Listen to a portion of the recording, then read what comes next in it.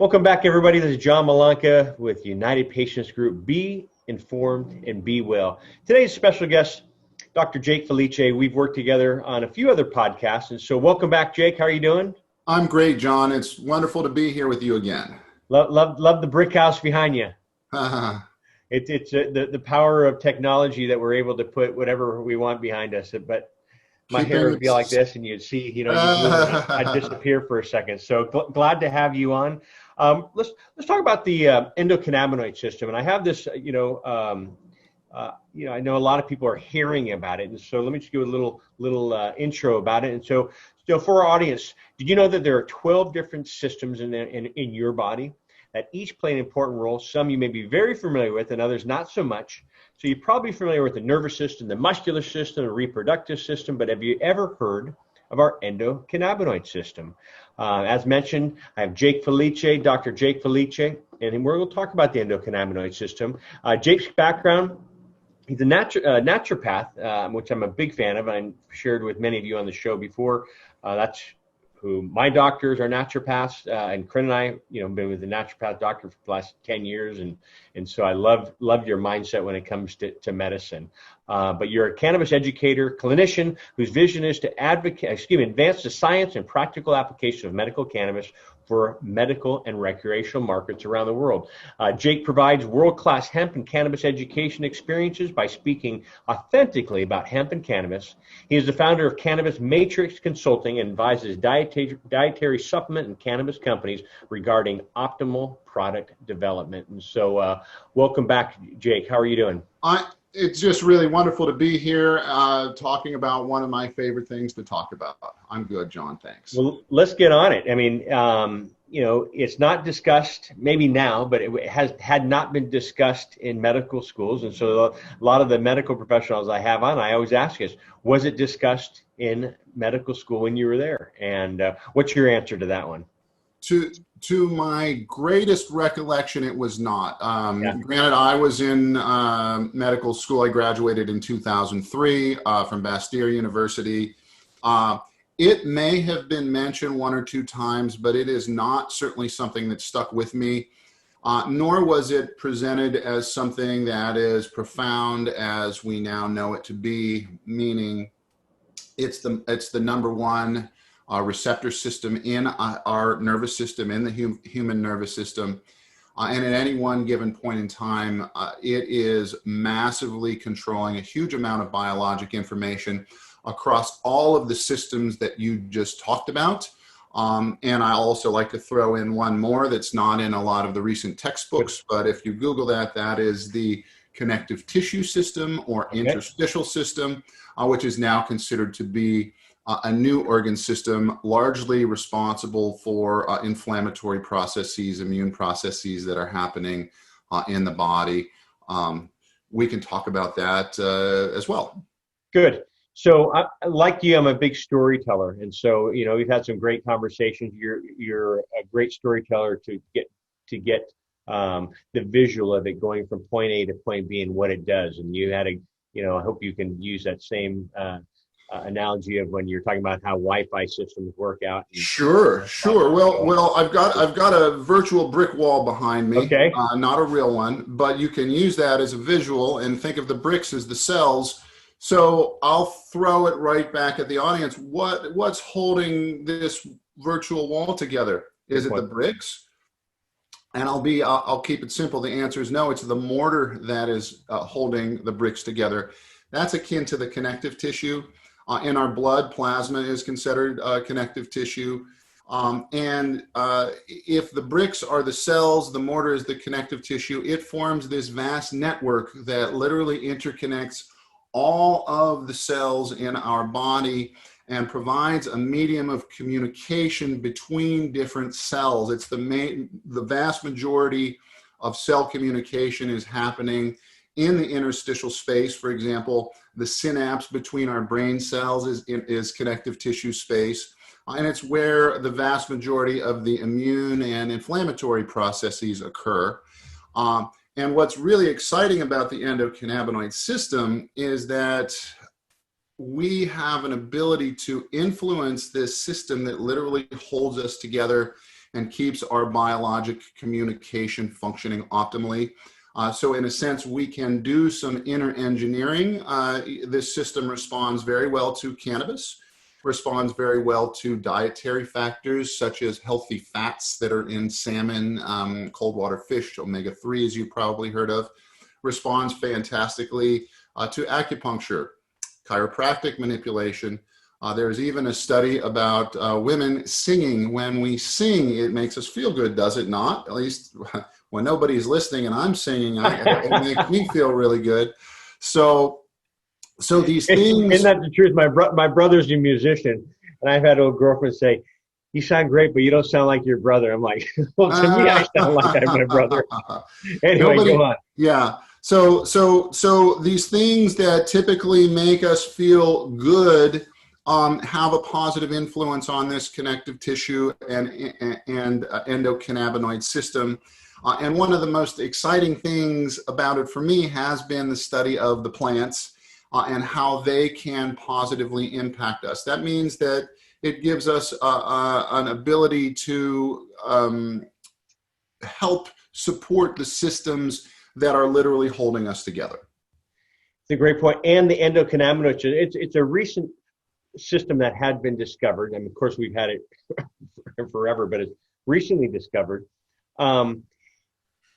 And they used to say it was only mammals that have it with a vertebrate. And now they're saying jellyfish. Are you hearing that? Animals, yes. Primitive organisms such as jellyfish, all animals except for insects that we know of have this system. It is widespread throughout biology. And one of the stories is how life 600 million years ago, there was water all over the planet. The primordial ocean, no land had popped up yet. Mount Everest was not even on the radar. So, and all cells were single-celled organisms. And yet here we are, me and you talking, we have bodies, we have brains, and biologically, the programs, the software programs that biology uses to make and manufacture itself occurred evolutionarily for various reasons. Bodies have certain advantages that single cells don't. For example, we have some resilience against our environment. You can turn down the heat in here, it can cool off, and we can produce our own heat. So having a body allows us some degree of resilience against the universe, which is a very hostile place, or can be a very hostile place to life. So in order for cells to form bodies, they had to develop a way to communicate with each other. How do cells talk to each other? And that's when the first tissue developed, which is connective tissue, the very first evolutionary tissue. Also, a body needs a blueprint on how to build itself. So how does a stem cell turn into a neuron, for example? There's an elaborate dance, biochemical dance that goes on that determines how stem cells will grow and mature into the different types of cells that we have. Also, when you have a body, you need to have an alert mechanism that says, hey, we have an injury down on toe number 5, injury down on toe number 5, let's mobilize the resources. And I say that tongue in cheek, but literally repair processes of the body are necessary for our survival, and those programs developed evolutionarily, and the endocannabinoid system is involved in all of that. And so not only is there a necessity to identify the problem, but then to gather the biologic resources necessary to repair the organism. And the endocannabinoid system does all of these things. And for the first time in a long time in medicine, we now have a system that not only, it's called a homeostatic system. You can Google homeostasis, how the body maintains health and holds itself together. That's literally what this system does. And it has been in the design process for 600 million years. So there's been a lot of time for some very sophisticated development with, and you mentioned, and you mentioned it's holding it all together, but it's also bringing the body back to balance. And that's correct. Yes. So when the system detects an imbalance, it immediately acts on whatever level that may be. So these cannabinoid receptors that we have are not behaving like classic receptor systems that we typically think of in terms of biochemistry or pharmacology, because these receptors, think of a catcher's mitt on the outside of a cell. A receptor is something that literally receives information. It receives a biologic molecule that then creates a downstream effect in the physiology. These mechanisms that we have can be positively influenced by cannabis, CBD, whole plant cannabis, as well as the dietary and lifestyle features. So, I always do the Cliff Note version of this. The endocannabinoid system. What is it craving? It's craving cannabinoids to bring it back to balance. But there's also something called endocannabinoid deficiency, not having enough cannabinoids. Can you talk about that? Sure. So one of the ways to think about this system is that it's a biologic network. I call it the internet of the body, but it is an information processing network that is hardwired. You and I have a pretty good connection, internet connection today. As far as I can tell, no fuzziness, nothing's cutting in and out. Biologically, when we're healthy, we have a good functioning internet, but all of a sudden, if something goes awry, that communication system can be disrupted, and it is like the internet going slow. Yeah. All of a sudden you can't upload videos or download videos. So if you are a single cell or a tissue or even an organ system, and you are experiencing challenges to the balance of your health and physiology, a disruption of this communication system can be really bad, because it can, for example, prevent the immune system from talking with the nervous system, because there's too much static in the communication network in the endocannabinoid system. So we call that, when the internet is down or not working well in the body, we call that endocannabinoid deficiency syndrome, because the deficiency is in the endocannabinoid system. And how does that present? Well, if you disrupt a communication system, you disrupt all of the systems of physiology that you just talked about. And so, for example, if the nervous system is unable to communicate with the immune system over time, problems can develop. So right now, especially right now, what we're all going through, this pandemic, not only here in the U.S., but globally, immune systems are down. They're not getting outside. People aren't getting outside and having interaction with friends and family, which can bring up immune system of being happy and energized, a hug, but also getting out and going out for a run or a ride.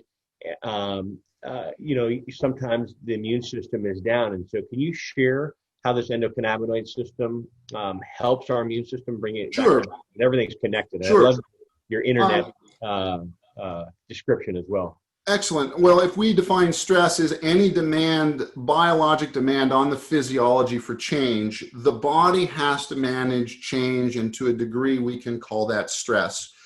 There are lots of human studies now showing correlations between my stress levels or anyone's stress levels and the levels of the endocannabinoid molecules in the body, so that we know that when the body is stressed, in an ideal situation, this system becomes activated. In a less than ideal situation, because the communication's not happening, the reactivity may not be as robust as is ideal. So there are studies, for example, self-reported stress in humans correlate to endocannabinoid levels. When we stress humans out, the cortisol level raise, and we know that the ECS does not function as well. The corollary that I think is important that you mentioned is we all have so much stress going on in our life. This system gives us a way that we can at least partially manage our stress, our anxiety. Folks are having sleepless nights. It can help with that. And it gives us also a tool to address some of the, what I'll say, mild to moderate pain issues that can happen if you're a weekend warrior going out and overdoing it on the weekends. It gives us a really good way to help the body balance itself. And it does this primarily through enhancing the communication processes between our cells. So, and this affects all of us at all age levels. You being It does. However, as we age, the robustness of the endocannabinoid system becomes compromised, as so many things do. So I think that for issues of aging, this might also be a very important system, just in terms of helping us maintain a good, healthy life for as many years as we can. Do you recommend any type of cannabis? When I say any type of cannabis, some states have all the cannabinoids. Some are I don't say forced. Force is not the right word, but laws are not allowing them to have access, and so maybe CBD, which we're seeing pop up everywhere nowadays, is the only cannabinoid that they have access to. Do you recommend this? That everyone should take this as a daily vitamin, a daily supplement? I personally don't see a need for it for the vast majority of people to be on a daily. However, to manage the ups and downs of stress, absolutely. If you haven't been sleeping in a while, it can help improve restful sleep. Personal story, my mom had been having trouble sleeping. She is a retired nurse, somewhat skeptical. Her husband had passed several years ago, and she's having sleepless nights. First night with CBD, she woke up and said, "That was the best sleep I've had since my husband died." So I think that the thing that folks need to realize is you may say, for example, be taking it for one thing, but it can also benefit you in other areas. So for example, somebody with a sore shoulder may be taking it for the pain, but there may be some residual benefits, such as helping with their sleep, for example, or helping with anxiety. Folks with cancer, I never say that cannabis can cure cancer, but it certainly, I think we can make claims based on scientific literature now that it helps alleviate some of the symptoms, some of the pain, helps with nausea, vomiting. The topical products can be very good for the radiation burns from radiation treatment. So it gives folks a lot of tools, but also on the plus side, it can help maintain health of other good functioning systems along with a concomitant disease process. So it may or may not be helpful for the bone pain and cancer. A lot of the times it is, thankfully, but not always. But it could certainly have other beneficial effects for people that are unintended. One of them being sleep. And you had mentioned products. I feel that there's a lot of misinformation about CBD. CBD is the name of a molecule, but it works better when it comes with the whole entire plant. So all of these molecules work together so that the whole is greater than the sum of its parts. It's called botanical synergy. If you read in the literature, you'll see not a lot on the mechanisms of synergy, but I will be coming out with a paper on this. Synergy, the molecules can do a few things. One, they can make the medicine have better positive effects. We know this from CBD studies. For example, CBD for pain tends to work better when there's a little bit of THC or other terpene molecules together. It can reduce negative side effects, such as the short-term memory loss that's associated with THC. Now, a lot of people don't want to take THC, but there are other cannabinoids, such as CBG or CBN, which can be very good for sleep. So utilizing the whole plant, I think, is a really good strategy. And the studies are just really pretty clear that the whole plant is outperforming the single molecule across a large number of studies now. Yeah. You mentioned products, and we can go down a whole other discussion on products. I always recommend make sure your products are tested. When I say tested, not you, the consumer, it's you, the consumer, purchasing from that location. They should have test results. I don't have any boxes near me, but Nowadays, the new product lines have a QR code, which you can scan. You scan it and it will take you there. Yep, that's a great tip. Yeah. Laboratory analysis is good. And what is the best, in my opinion, is third-party independently tested as well. So not only is a good company doing internal tests, they are also sending it out to a contracted lab for publishing purposes. And then they will get a third opinion. And when all of those line up, we have a much better indication that there is a good product. And there have been study after study out now. What is on your label may not even actually be what's in the bottle. As an industry, we have to have a commitment to quality. And you're absolutely right, John.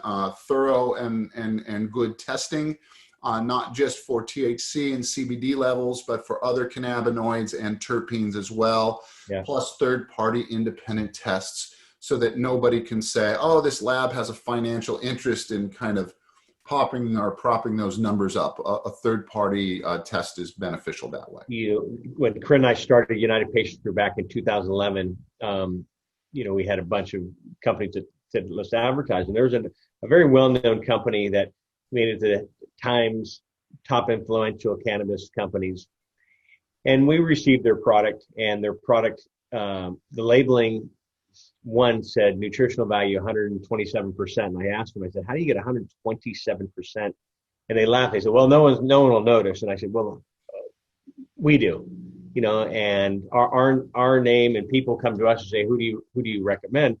And they said, well, we can't advertise you. And I said, then don't advertise, and, so that's the type of thing that scares me about this industry. And so you are so correct. And don't always believe what's on it, and I would say, judge a book by its cover. We all do it, I mean, I can't tell you how many times I've actually gone into a bookstore and said, oh, that's a beautiful book cover, if you want to take it like that. And I purchased that book. You see it when wine labels, and you see it in everything. Pretty packaging, fancy labels, restaurant. I mean, the work, but so make sure what's on that label is on the inside. And if they do not have, and I sound like a broken record probably to a lot of our followers who've been following us for a while, if they don't have a phone number or an email or test results, which happens on a lot of these companies, go find another product, because there are thousands. You don't know what you're paying for. If you don't know what's in it, you can't know what you're paying for. Yeah.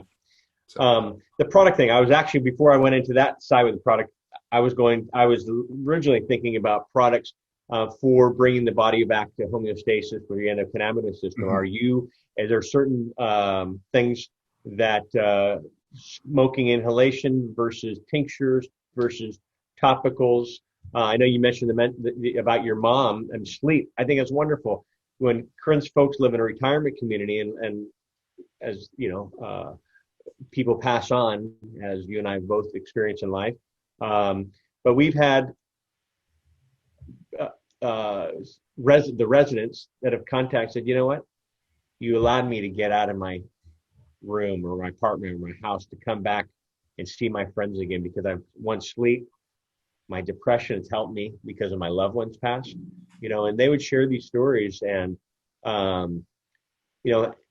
after living it with Corinne passing, my sleep was off. I mean, when you talked about your mom losing her husband, shoot, I'd go to bed. I was up 2, 3, 5, 10 times a night, no sleep. I was in a zombie state. My adrenals were maxed. My naturopath said, hey, keep an eye on that, man, and I feel good, but you're off. And we are a psychosoma. We are a mind body, and stress, especially undue levels of negative stress, can profoundly affect physiology, and you can literally think yourself into a sickness from excess worry, lack of sleep, et cetera, and very interestingly, in my humble opinion, the corollary is not necessarily true. Once a pathology has developed, you may have thought yourself into that, but you may not be able to think yourself out of that. Hopefully sometimes you can, and a good mental attitude is always good. But that is when medicine and medical care is required. So much of living a good, long, healthy life involves in maintaining what we've already got. And you can still be sick and get sicker. So maintaining your current level of health, I think, is a very high priority, especially in this day and age. And I think, in my opinion, obviously I went into this industry for a reason, but I think health is one of the most important assets that we have. And arguably, if you lose it, you can't do anything, even enjoying life. And the opposite is true. So I've got a few things that I want to say too, but the opposite is true is when we are in a good state, when we are relaxed, when we are peaceful, happy, joyful, we perform better. Work doesn't feel like work. Work can be enjoyable when we are good and healthy in our minds and in our bodies. And this system does give us a way that we can literally tweak and do some inner engineering to maintain the robustness of the communication processes. And because what is a healthy body? A healthy body is a body that is free of pain and it feels good to be in. We shouldn't be accepting that as an ideal. That should be our baseline, in my opinion. So. You mentioned, knock on wood, I made it through Corinne's diagnosis, her illness, her battle, her passing, and then grief. Knock on wood, I never got sick. And and I went out. I made sure I could have gone downhill. You could have torpedoed in many ways. And that is a testament probably to your self-care, I would imagine, and help from others. Help from others, my biking, I'd get on my bike and believe me, I'd get on that bike and be up in the mountains or on a straightaway road and just have my music on and just think and cry and, and just scratch my head like, what in the hell, what happened? That's the one part of life I'd understand is, you live here, you're here such a short time. And then someone that, my wife, how did she pass? And I still question that. And it's coming up to 3 years. I'm just blown away that it's going to be 3 years, coming up here. Mm-hmm. And she was someone who lived a healthy life, and so for our listeners, don't take life for granted. Don't take relationships for granted. 1 minute life can change. In every holiday season, there are folks that are not with us anymore. But anyway, and thank you for our audience. I always talk about Corinne, and I had a Dr.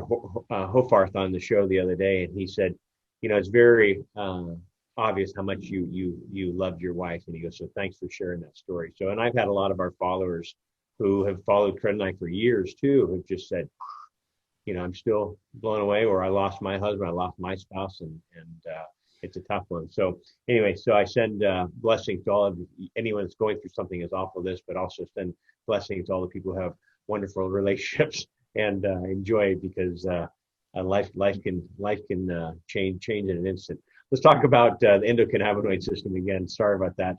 Are there certain products? So I was going to go there. Do you find bringing your body back to balance with the tinctures better than via a smokable vaporization?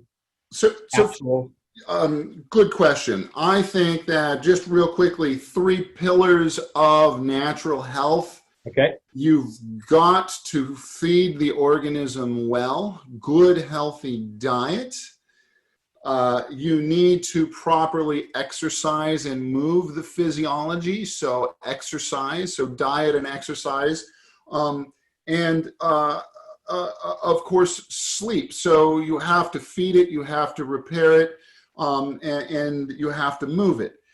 So when those 3 are being challenged, meaning I'm eating well, I'm getting good sleep, my diet has been pretty good, but I still am feeling a little bit imbalanced, that might be a really good time to try some of the CBD oriented products. In terms of the ways to take them, the body there are advantages and disadvantages to each of them. If you are taking it for sleep, I would recommend using an edible. If your product has THC in it, I would recommend having a very low dose if you are a newbie and a beginner, because that's one of the ways, more so even than inhalation, the edible of THC can create situations where some people don't feel very well. Uncomfortable. But for things like pain or itch, even insect bites, sunburn, I think topicals can be very good. And if you do have pain, I do recommend combining an oral or an inhalation product with a topical. So using the topical plus another method. For CBD-oriented products, I think edibles are fine. There are some conditions on the THC side, such as with migraine headache, where many folks with migraine will get something called a prodrome, where the headache's not here, but it's coming. I can see bright lights, or I just get a sense that that the migraine is coming. Sometimes you get 20, 30, 40 minutes notice. That is not enough time a lot of the time to take an edible product. So an inhalation or an oral mucosal absorption can be beneficial, because you get a quicker onset. Yes, you get a quicker onset, and the cannabinoids hit the bloodstream much faster. Gotcha. Can I and maybe I'm misunderstanding. When you're saying edibles, are you including tinctures in there? Because I've had some. Correct. Okay. Including liquids, which we drink. Okay. Anything that goes into the mouth and is taken into the stomach, I consider an edible. So yes, a tincture can be an edible. You can also put a tincture in a spray bottle, and you can use it as a topical. So tinctures are very versatile. You can even take a tincture and put it in some of your favorite cream, and then all of a sudden you have a topical. You know what? I had a doctor the other day said, "What do you do on your face?" And I said, "Actually, you know what? I use a cannabis product on my face." And so there's some great cannabis products. There's some good studies on some of the connective tissue cells that are involved in laying down collagen and preventing. They're not clinical studies, but showing that CBD actually helps these cells that repair our skin. If you take a credit card and you smile, frown, smile, frown, smile, frown, smile, frown, you're going to get lines in the credit card. Some of these studies show that the cells that the topicals can affect really help with the connective tissue modeling. And so I think it's a good idea. Good studies on CBD and acne, for example, including in humans. Yeah, earlier when I was chuckling about the edible portion, it wasn't. I was chuckling because you have a lot of, and I'm glad that's why I was asking you. Is edible both an edible like a cookie, brownie, as well as a tincture? Because you know we have a lot of patients that have called us, senior citizens. They'll go down there and get a beautiful little brownie bite or a chocolate chip cookie, and they, how could this thing be so powerful? And they eat it. Oh, it's delicious. Let's eat another one. That again is where I have, and also with CBD products, it can, in the daytime, it can make you overly sleepy. Now at night, that might be what you want, but that is certainly not what most of us want in the daytime. And I have a friend who calls them CBD zombies. It's people who've had too much CBD and they're just seem a little bit too much CBD orally can make you very sleepy. You know, and I do that. That's what I do for nighttime. Every night. Shake. Go ahead. No, go on. Sorry. Oh, the main downside of tinctures is a lot of people don't like the taste.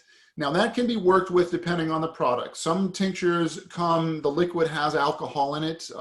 Some tinctures, it will have a sweeter glycerin type of a product in it. Some products will have oils like a coconut oil or an olive oil. The taste of a product is also a very important consideration for any edible. And the other thing that a tincture can do is a lot of the times the dropper will be scored so that you can give yourself 0.5 milliliters or 0.25. So if you want to adequately measure your dose, a liquid gives you an advantage versus a brownie that's this big that has 30 milligrams of CBD, and I cut it in 4. I'm not really, one side is a little bigger. So I like that aspect of tinctures. But again, the taste is not favorable for some. If you want to do it that way, you can continue to search for good tasting products. They are out there. They're out there, you know, and I'm okay with the taste. I prefer mine in MCT oil, which is the coconut oil. I like that. Some medical professionals have said, hey, get your favorite yogurt, honey, brownie, and put the actual tincture on there and take it that way if it's a taste issue. And John, the studies show that when you eat, doing an edible with a high lipid, high fat meal, you get 4 to 5 times the absorption. So I really think if you want to save money on the products, introduce it to your physiology with the most optimal way that you can, and in a lipid form, I think is good. I know there are lots of folks that are talking about nanotechnology, etc. I think theoretically that can be, it works with pharmaceutical drugs, but I have not seen any specific plasma studies on humans checking blood levels. But a lot of those products are more expensive. They'll argue, but you get better absorption, and then there aren't studies for that. So A, I'd like to see studies, but B, if you're worried about affordability, you can actually do that process yourself by taking it with a high fat meal. And when we drink something or eat something and it goes into the digestive tract, it then gets transferred into the small intestine, where we have digestive enzymes that do the same thing that a nanoparticle will do, is they emulsify the product.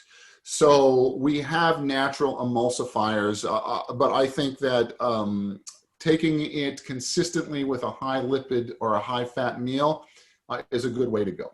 So you know, there's so much stuff out there with, you know, like nanotechnology and what's the other one? Single molecule. Isolates, excuse me. You know, and you talked about whole plant and, you know, bringing everything together, whole plant with the entourage effect.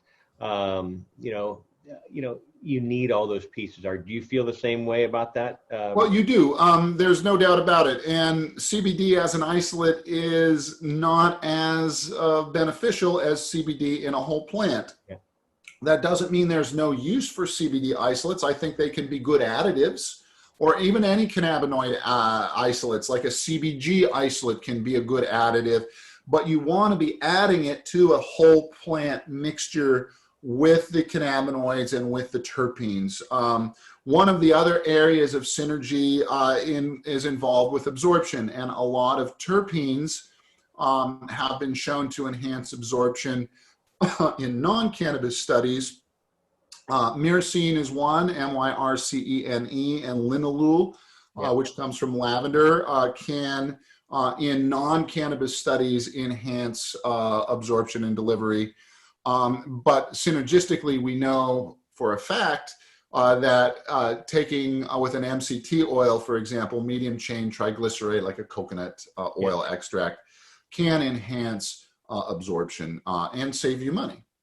And can it save you? Two things. One, terpenes. So for our listeners, if you don't know what a terpene, linalool and myrcene are a couple, pinene.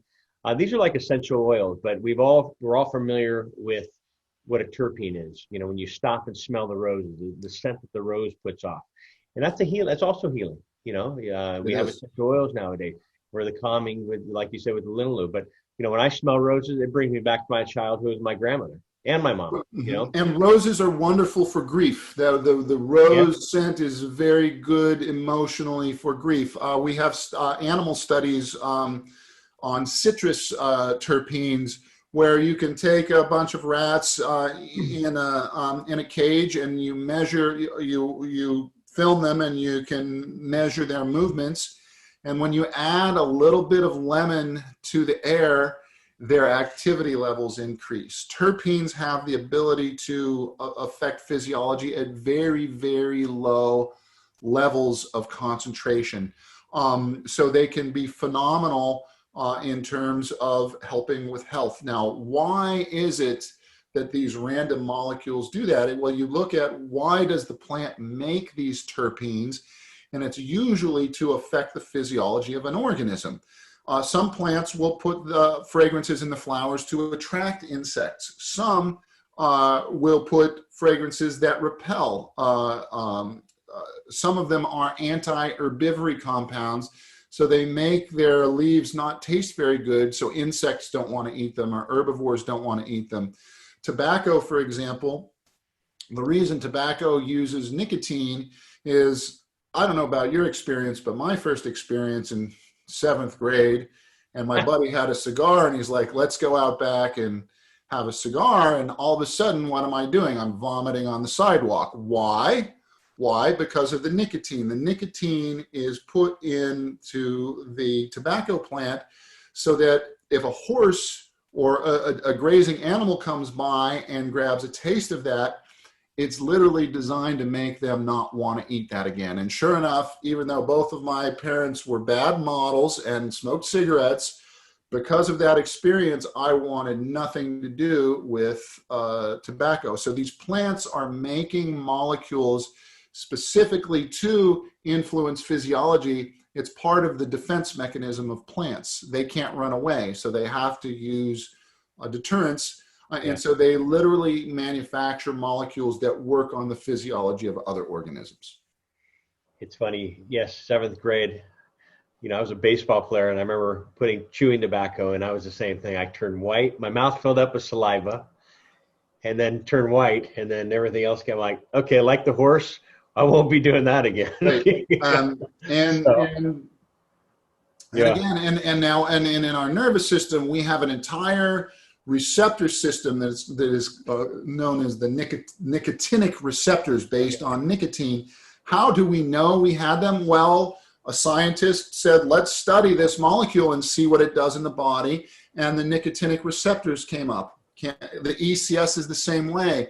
People study THC, the molecule that gets us high, and they found these receptors in this entire receptor system. So in that way, these plants can be our teachers, because for millions and millions of years, they have been interacting with the physiology of other organisms with specific goals in mind. Caffeine is another great example of that. In the flowers, the coffee will put a little caffeine in the flowers that attracts the bees. So yeah, I loved your visualization.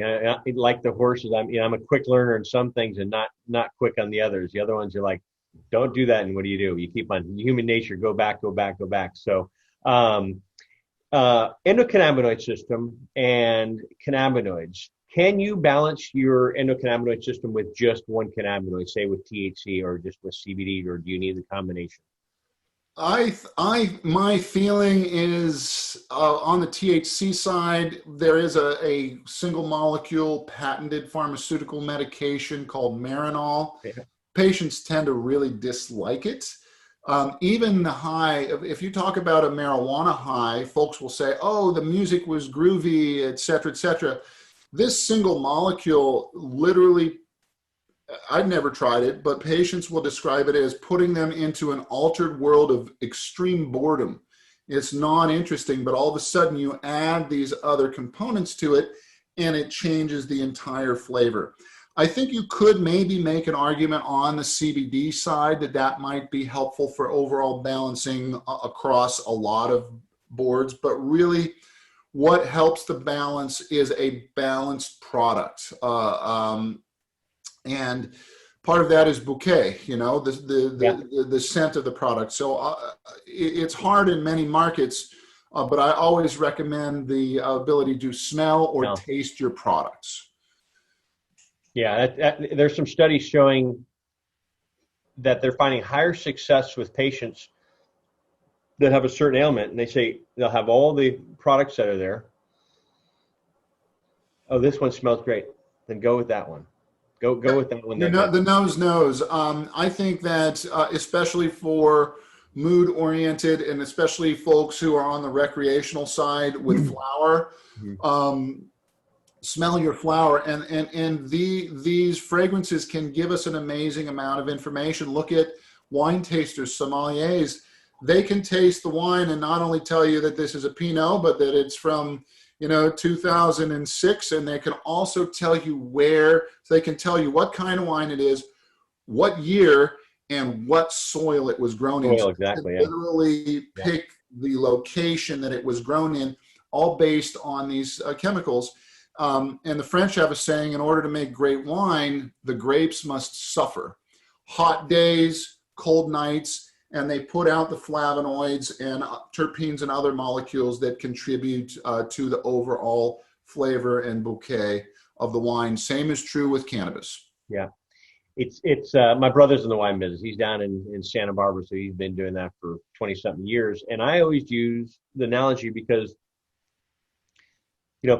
patients, consumers come to us and say, I don't want to get high. I want the medical part of the cannabis plant, not the recreational part. And so can you share the true, and I always say, well, it's like going wine tasting. You can have a sip of wine, be perfectly fine. Drink 3 bottles, you're going to feel that, and it's probably not going to be too comfortable. And same thing with cannabis, with THC. You can have small amounts, 2 milligrams, 5 milligrams, and have success.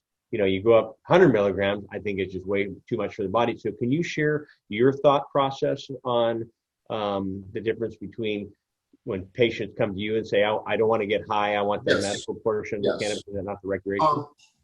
Well, I'll play both sides because it works both ways. Medicine is not easy, but if you are in pain and in a lot of pain, this, and your family members know this, is you're not always yourself. You're not always yourself. So the pain has created an altered state to begin with, where you're not yourself. So I think that people are afraid to become not themselves, and legitimately so. But if you're in pain, you're not yourself, or you may not be acting like yourself. We all have been there. Most of us have been there. We know that. There's a beautiful study. I believe it's the journal Pain Research called Restored Self, a phenomenologic study of pain relief in cannabis, where basically what this study is showing on the psychologic level, when I get my cannabis dose right, I say something along the lines of, I feel like myself again, or I've gotten myself back, or I've gotten my mojo back, I've got my shine back, that kind of a thing. So the alteration can alter you from not normal to normal in one case. If, on the other hand, somebody has too much THC for their given proclivity, that can make you not be yourself. I find that the main molecule for that is THC when people take it, when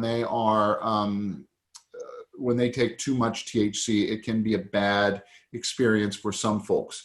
So when utilizing THC, I always recommend that they start with a very low dose.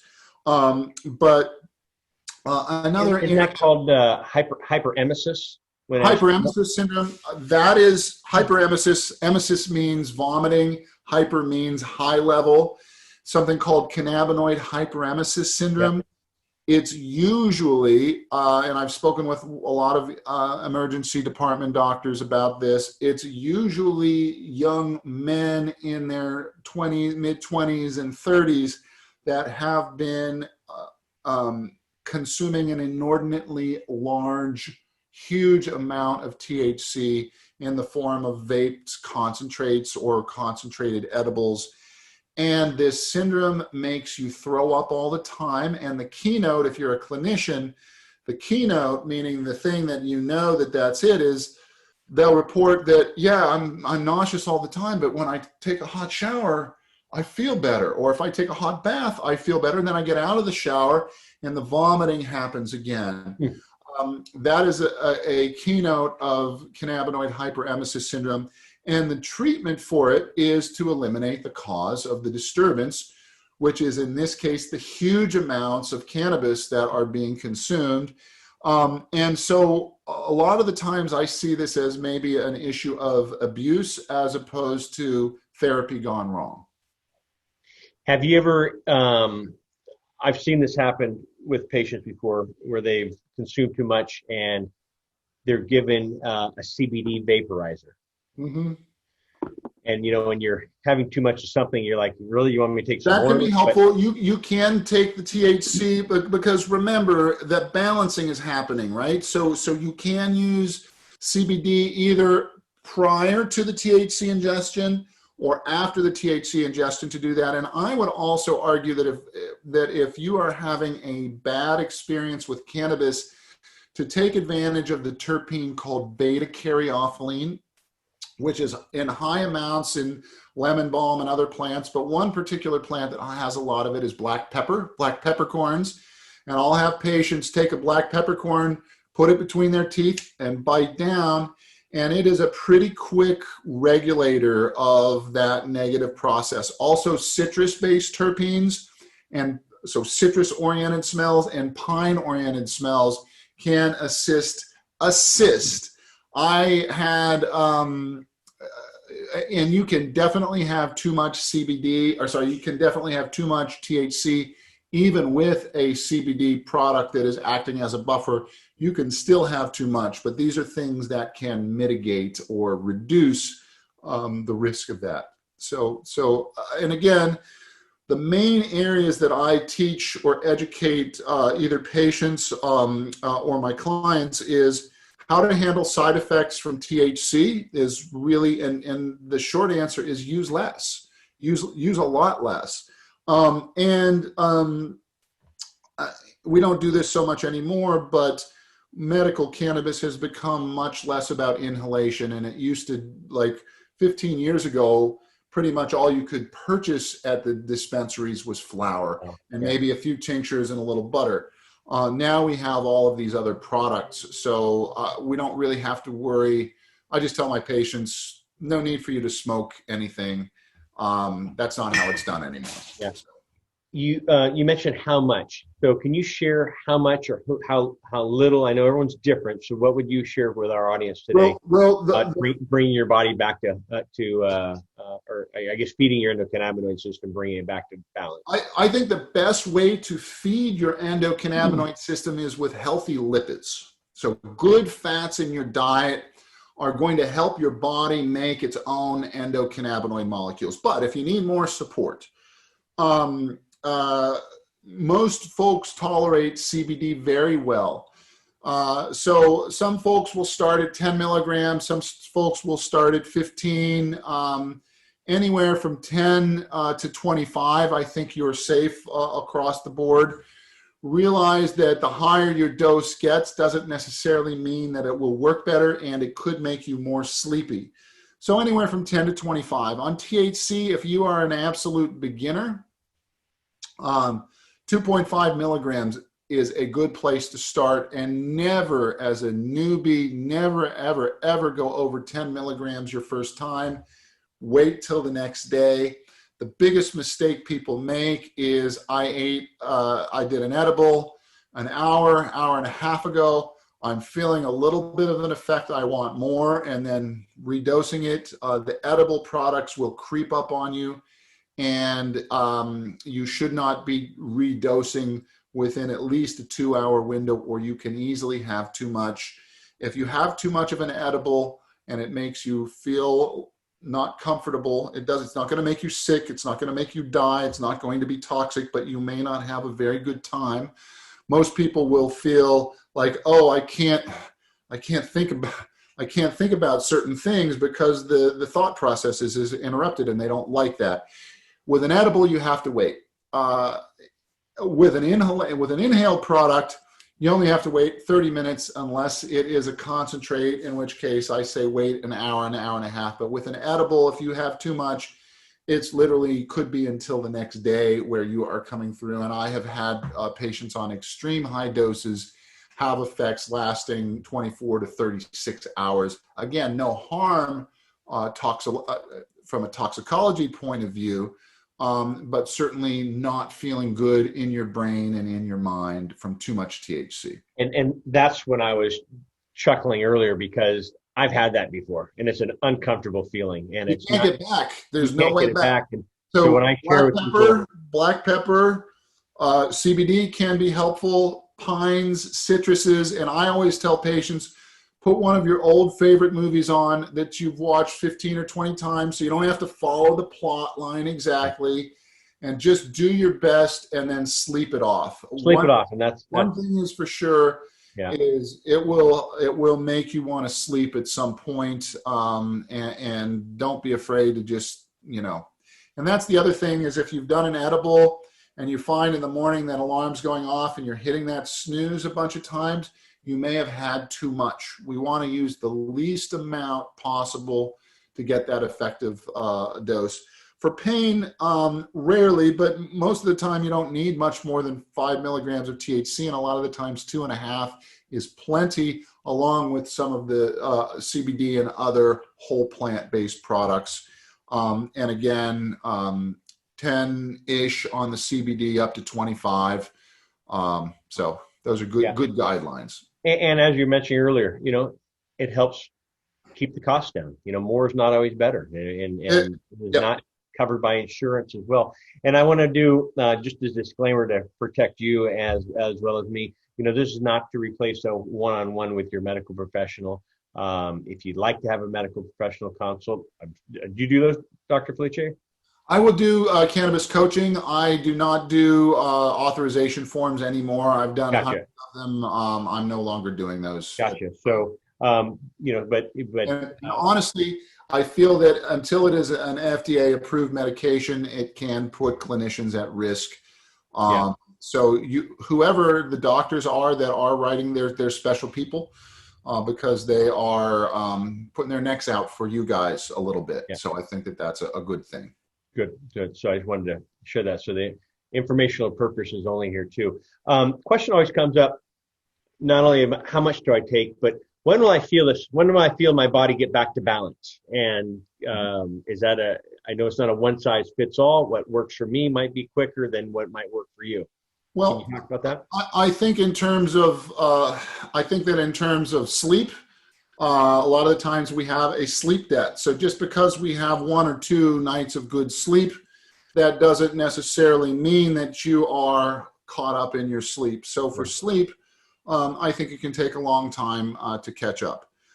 For pain, it depends on the cause of the pain. Is the cause inflammatory? Are there structural changes in the joints or in the bones or the muscles? Those can take a longer period of time, but you can certainly get a quick and rapid relief. For anxiety is caused for any number of different reasons.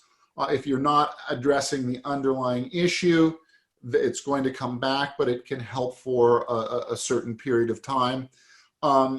I think that balance is a dynamic process, that cannabinoids, the terpenes, even some of the flavonoid molecules are part of what we put together. And it's about doing little things for yourself. I always tell patients, learn what you know. So many times we know how, like I know that my neck bugs me when I sit at this computer screen. So until that changes, you could be not really addressing the root cause.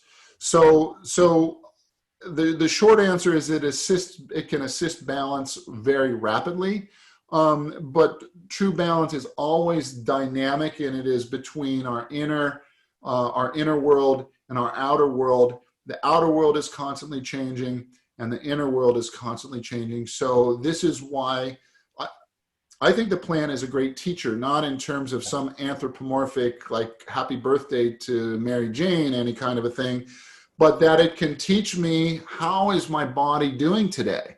How did I wake up this morning? Did I have too much? How am I feeling today?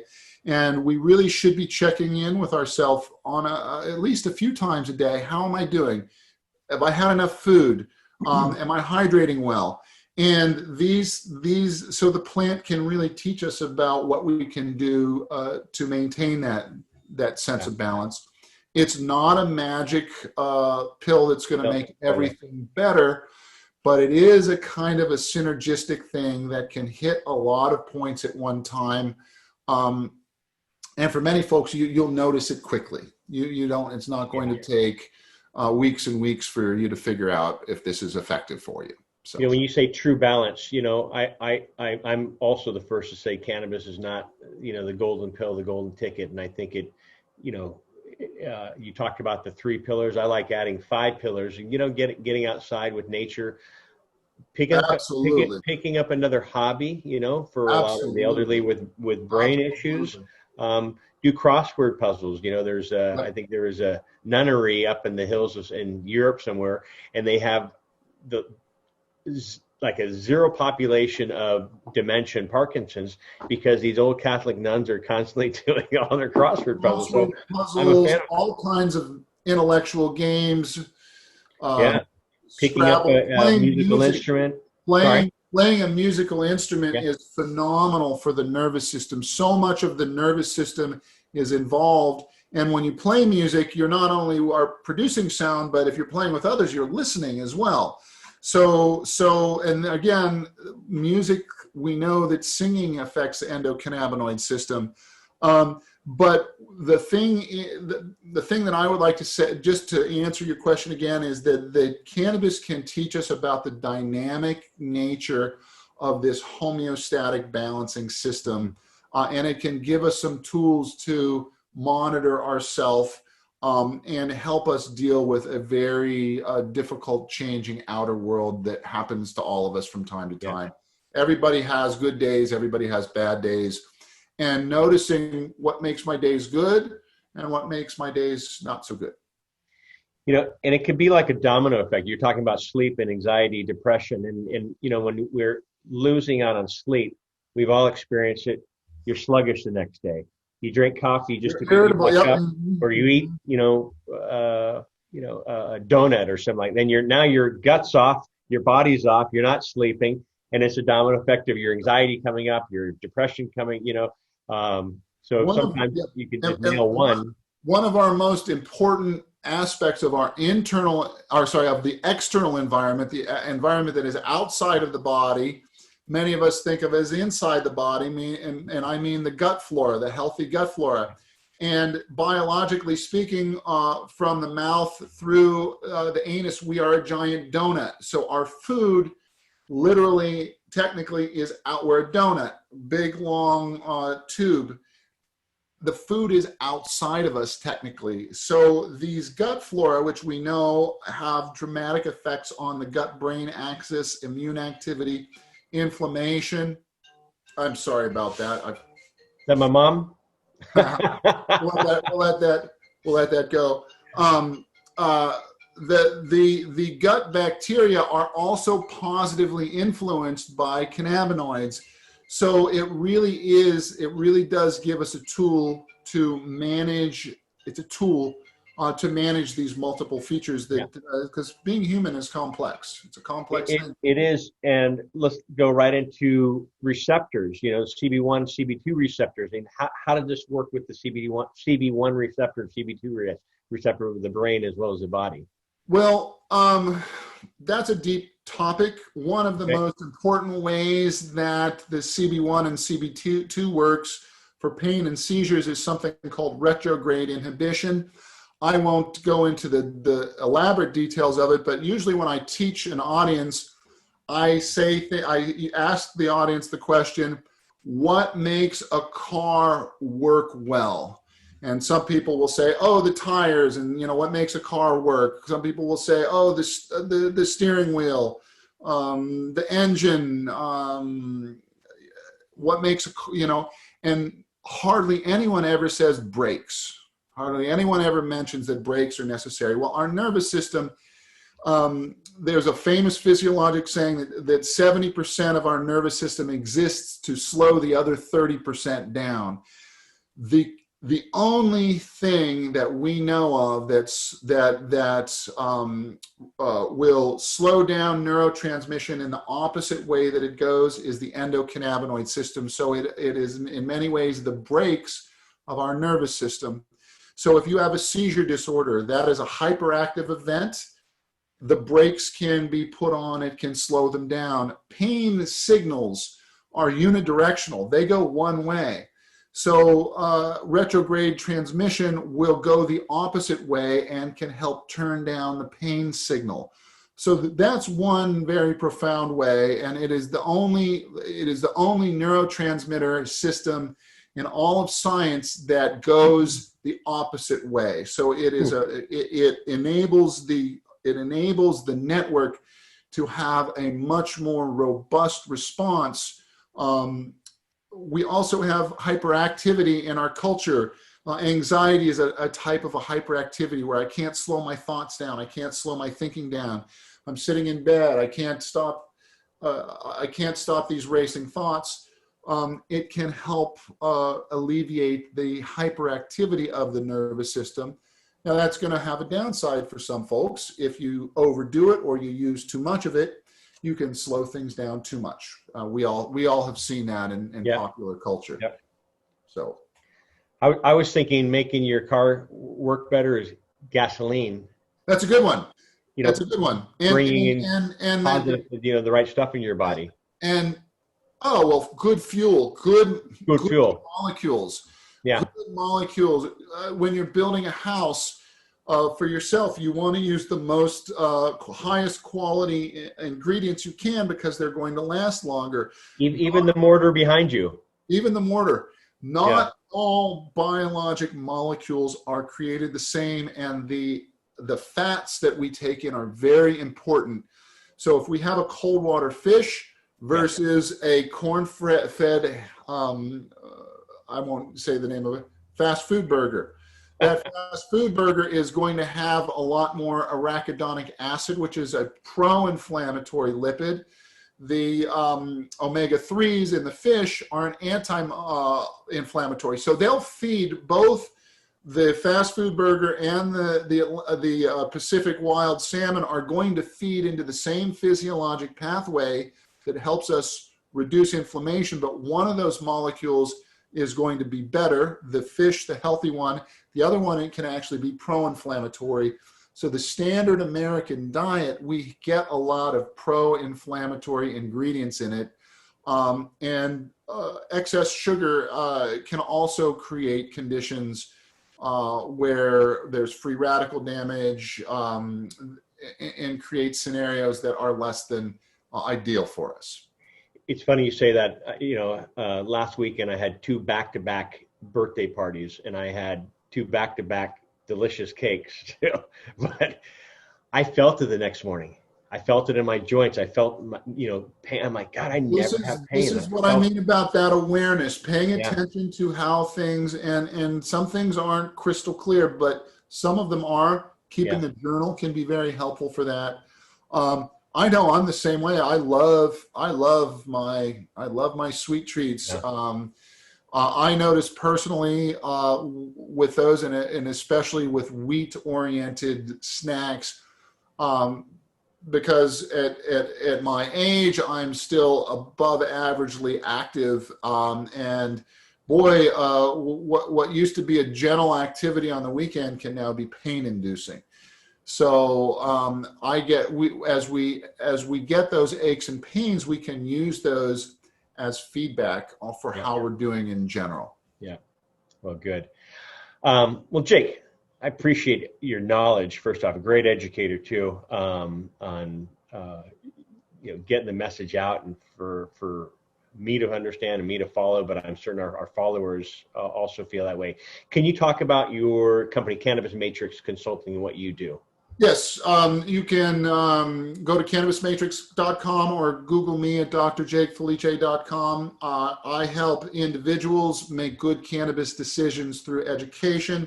I help cannabis companies make good decisions based on what they should be educating their marketplace, because if you own a cannabis company or are an executive and you know your product is good, the marketplace may not have enough information to evaluate that. So we can work on marketing messaging, and then also on the production side, how to make a good cannabis product especially utilizing synergy with cannabinoids, terpenes, flavonoids, and other plant-based molecules. You can all visit my website at those addresses that I mentioned.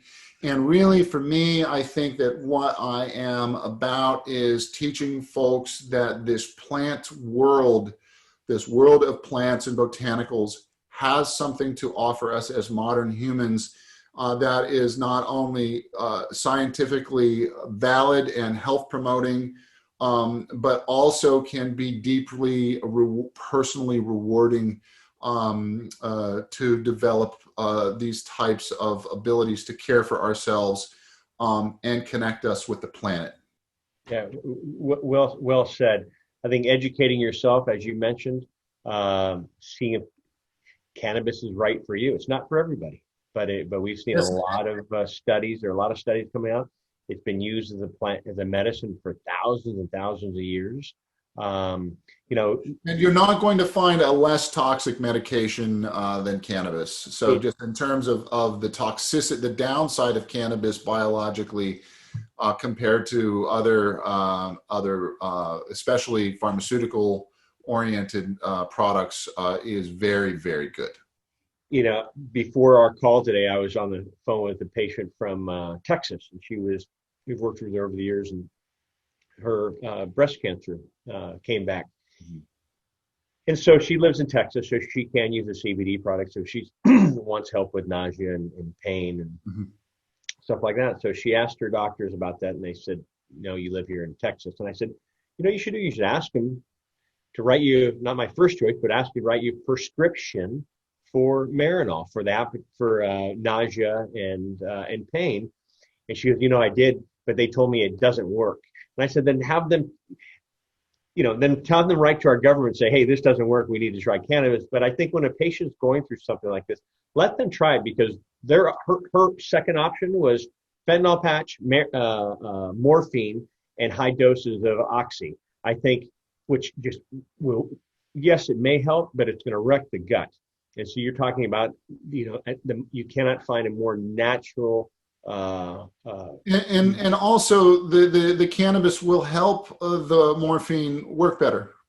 It also reduces side effects of withdrawal. And if there's tolerance to the opiates, and we know this from clinical studies in humans, if tolerance to the opiates develops, cannabis can help reverse it. Also, cannabis does not potentiate opiates, meaning it doesn't make you at risk. The opiates put you at risk of your heart stopping or forgetting to breathe. But cannabis with opiates along with them does not add to that risk at all. In fact, we see across the board that medical patients who are on opiates who concomitantly use cannabis reduce their opiate use, and that saves lives. We are getting to the point where we can really say that now. Good. And that's why I think a medical professional should be involved, especially when opiates are involved.